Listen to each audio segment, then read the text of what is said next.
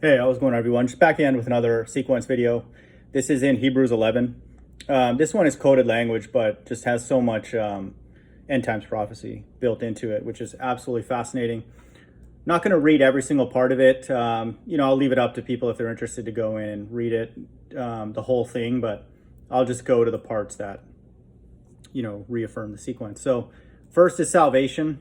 And so this is a bit coded, but in Hebrews 11:5, by faith Enoch was taken up so that he should not see death, and he was not found because God had taken him. So that's the reference to salvation, okay?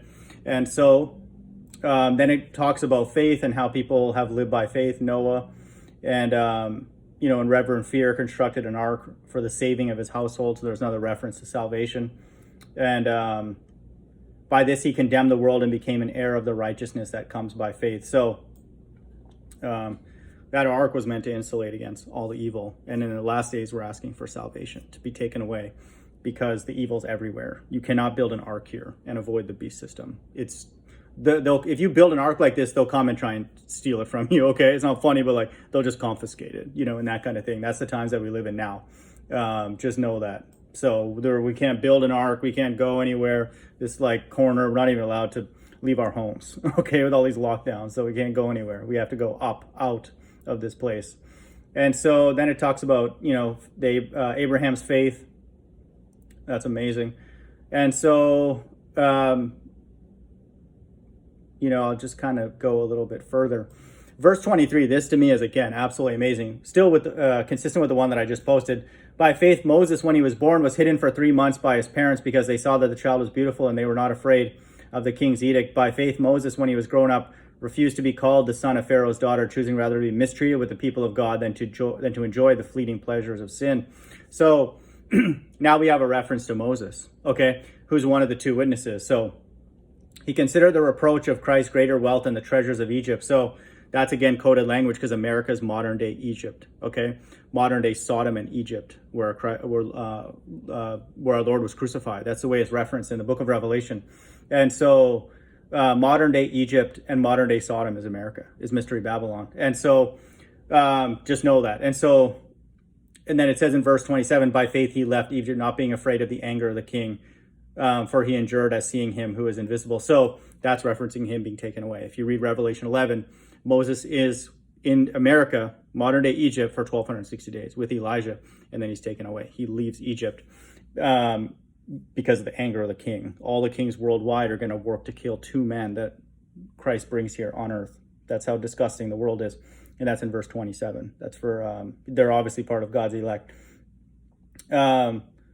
So that's cool, that's amazing. And so now we're going to get some references to the plagues, and then Moses' time, and then in the modern day, he's doing the same thing, but just on a worldwide scale. By faith, the people crossed the Red Sea as on dry land, but the Egyptians, when they attempted to do the same, were drowned. Okay, that's in verse 29, 2 times 9, 18, 666. And so, just know that. And so, by faith, Rahab the prostitute did not perish with those who were disobedient because she had given a friendly welcome to the spies. So this is going to be people who understand that those 2 are from God, Moses and Elijah. Then they're not going to, get punished, and then they're part of God's right-hand side, but they have to see it to believe it, so to speak. And so just know that. So that's also coded language. So, we have, pretty direct reference to Moses and, his role in the last days, similar to what he's done in the past, leading the Israelites out of Egypt.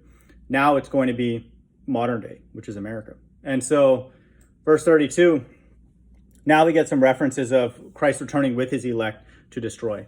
Verse 32, and what more shall I say? For time would fail me to tell of Gideon, Barak, Samson, all these people like Barack Obama and all these retards. All this stuff comes from the Bible, okay?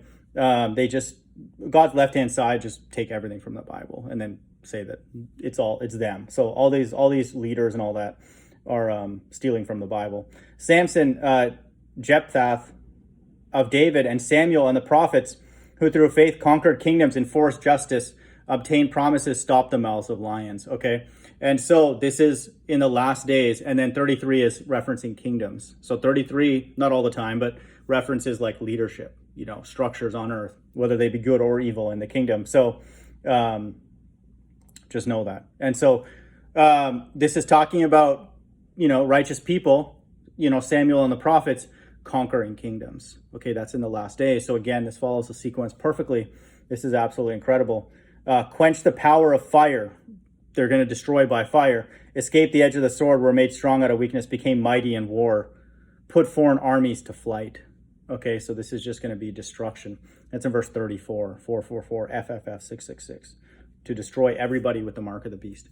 Women received back their dead by resurrection. Some were tortured, refusing to escape release so that they might rise again to a better life. Others suffered mocking and flogging and even chains and imprisonment. They were stoned, they were sawn in two, they were killed with the sword.